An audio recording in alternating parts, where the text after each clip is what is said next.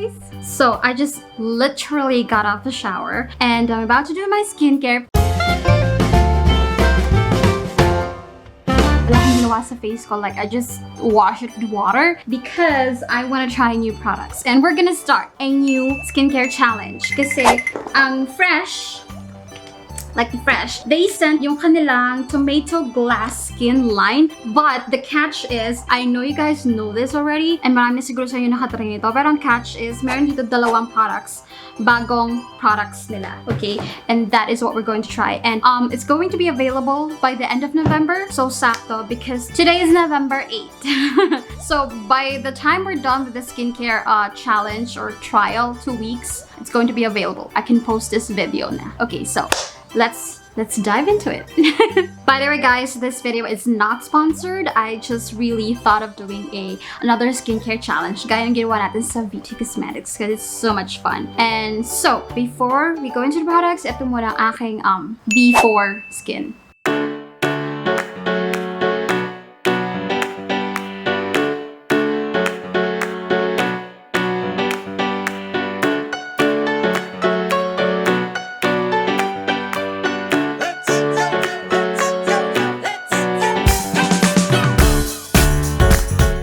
Alright, so first product that we have is called the 98%.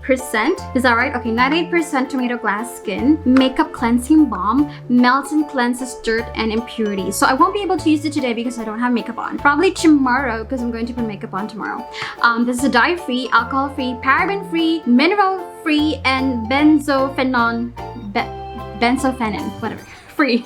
So meron siyang hyaluronic acid, hydrolyzed collagen, arbutin. So, bukas to. Okay, so, eto na ang first new product that's going to be available soon, or probably by the time I post this video, available na siya. Eto ang 98% Tomato Glass Skin Gentle Foaming Facial Cleanser. So, it gently removes dirt and impurities. Also, dye-free, alcohol-free, and paraben-free. Lahat ng sinabi ko kanina. Same ingredients. So, that is what I'm going to use right now. I'm just going to get water. Yeah, I'm going to wash my face in front of you guys.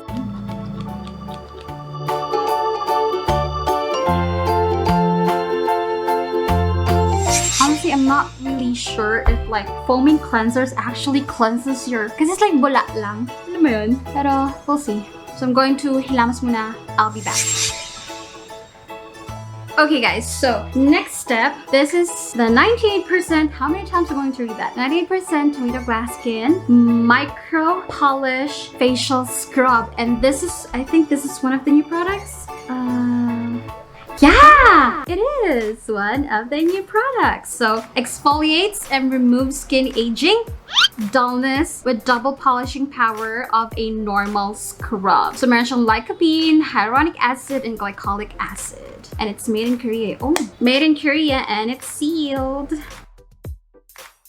Teka, ano mo ng direction? How to use. Put a sufficient amount on your palm. Gently massage the scrub into your skin in a circular motion for approximately 30 to 60 seconds. Focus on your T-zone, which is more prone to blackheads. Use for only 2 to 3 times a week. Okay, so focus daw sa T-zone.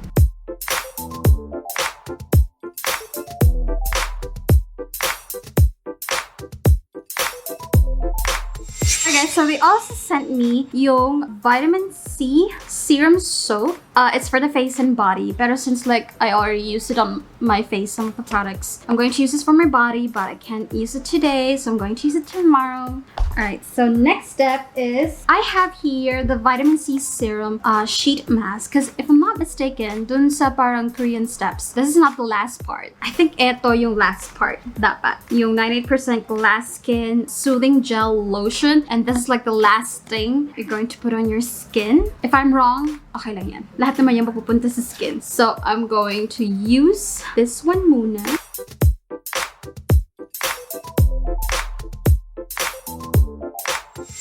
Pagkalagay ko is not perfect. Hindi talaga pantay. So I'm using the rest of the serum for my neck and sa aking hands. So tayo mag-add tayo ng 15 to 30 minutes. Alright.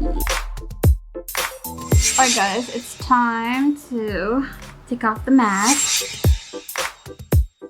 Alright guys, so next I'm going to use is itong Soothing Gel Lotion for a nourished and luminous white glow. Ayoko naman pumiti. Gusto ko lang maging brighten.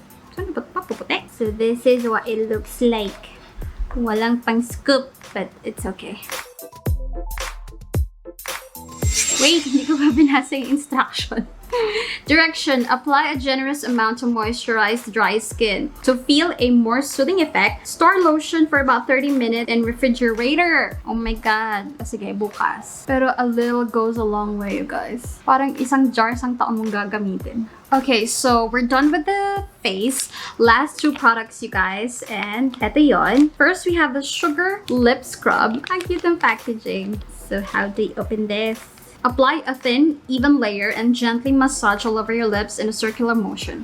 Rinse and wipe off with a clean, damp cloth. Rich in vitamin C and antioxidant. It has lycopene, grapeseed oil, and arbutin. Oh, look at these! These so cute! Para siyang kamukha ng mga blush nung Vice Cosmetics. Okay. Apply a thin.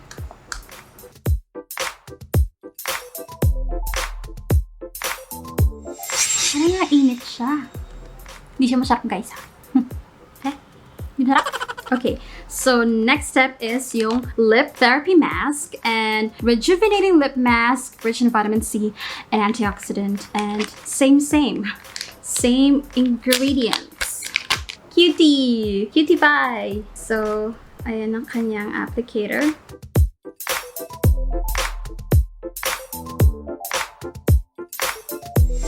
Wala naman siyang amoy. Alright guys, so this is it for day 1. And tingnan natin anong magiging effect after 2 weeks or so. Depende kung kailan ko ma-upload to. But please be sure to keep on watching to see the after effects. Hey guys, it's day 2. Day 4. Oh, it's day 5 already.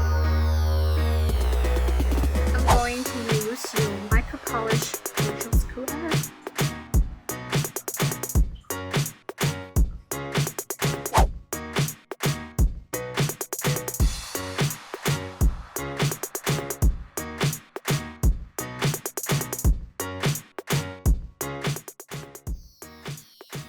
I'm about to take a bath. I'm about to take my makeup off.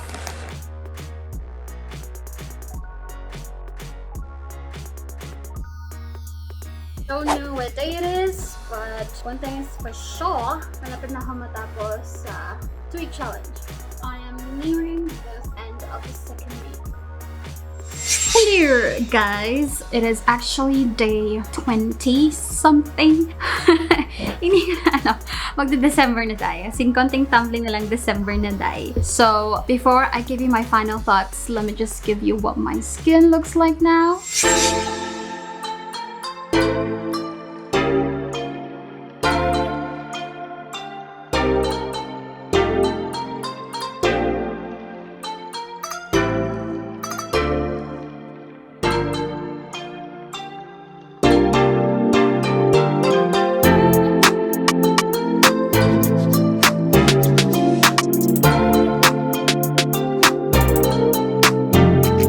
So, I'm so sorry ganito yung itsura ko sa final verdict natin. Dahil kakatapos ko lang mag-shower. So, final verdict muna tayo. Unahin natin itong makeup cleansing balm. That's very, very useful. I do like this. I do love this. Parang it's really effective in melting your makeup. Lalo na kapag ka-foundation talaga ng bonggang-bongga yung gamit mo. Sa mga nagtatrabaho pa din, lalong-lalo na yung mga sales lady, yung mga cashier, yung, alam mo, yung mga frontliner talaga yung work. Tapos, kailangan mo full face makeup. You need a cleansing balm first. This is actually, yeah. Kailangan mo munang i-melt yung makeup bago ka talaga maghilamos ng bonggang-bongga. Kasi, hindi talaga natatanggal ng cleanser lang, ng facial wash lang, yung makeup. Lalo na kapag ka, alam mo yun, ang tagal na nakadikit sa skin natin. So, importante na parang mag-double cleanse ka. Melt your makeup first and then saka mo i-wash yung face mo. So, I do like this Fresh Skinlab 98% Tomato Glass Skin Makeup Cleansing Balm. Ang haba ng pangalan niya. So, yeah, I do recommend this one. Next product is itong Gentle Foaming Facial Cleanser. As you can see, ito na lang natira. And I do like this, but merong but.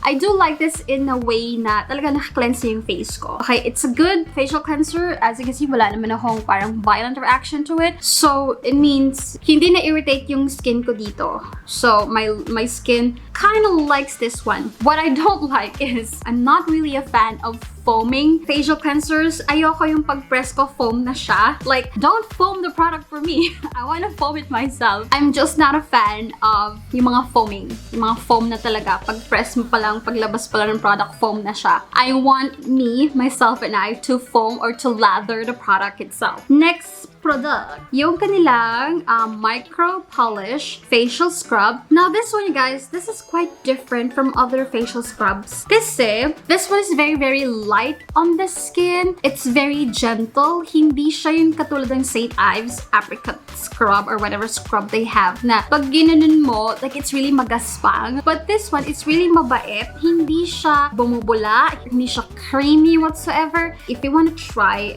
an exfoliator or like a facial scrub, tapos hindi may irritate yung skin mo, I do recommend this one. Out of the two, I would most likely repurchase the facial scrub more than the facial wash. Pero this one, I do love this. Pag ako naubusan nito, I would get this because it's super duper light. Hindi talaga siya yung parang katulad ng mga super duper harsh raw facial scrubs gaya ng mga St. Ives, yung mga ganun-ganun. So if you have sensitive skin, I do recommend this one. Next is itong Soothing Gel Lotion.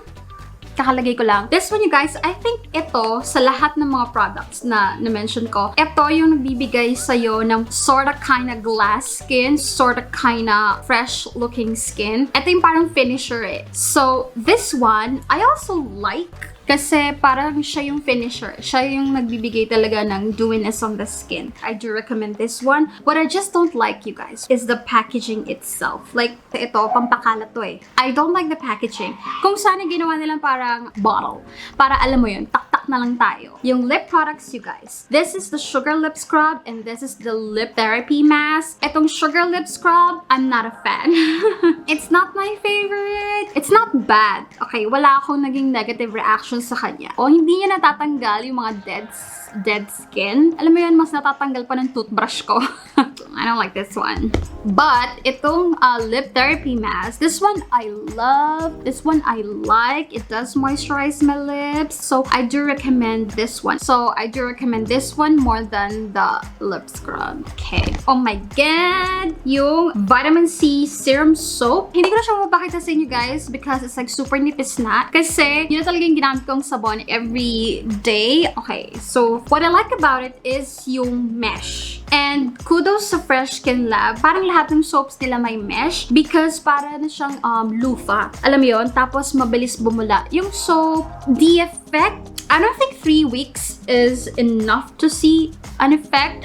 To be completely honest, wala na ako masyadong nakita difference on my skin. It looks the same. But what I like is, alam mo yun, the convenience of having a loofah and soap in one. But with the effect for a luminous white glow, I don't see, I'm a fair skin tone. I don't see anything luminous whatsoever. But yeah, yung gently removes dirt and impurities, yon sure ako. Pero yung luminous white glow, not really. So yeah, yun na lahat ang aking masasabi, guys, dito sa line ng Skinlab na 98% tomato glass skin. Out of all the products that I've tried, ano yung pinaka-recommend ko? The makeup cleansing balm. This is necessary for me who wears makeup. The micro polish facial scrub. And itong tatlo, yung soothing gel lotion. Itong tatlo, yung favorite ko out of all the products that I tried. So yeah, that completes this video, guys. I hope nag-enjoy kayo sa ating very, very quick, I hope that's quick, skincare challenge. So, kung meron ba kayong gustong skincare line na gusto ipatry sa akin, na gusto yung i-review ko, i-comment nyo lang below and I will try to get those products for you guys. Again, thank you so much for watching and I will see you in my next one. Bye-bye!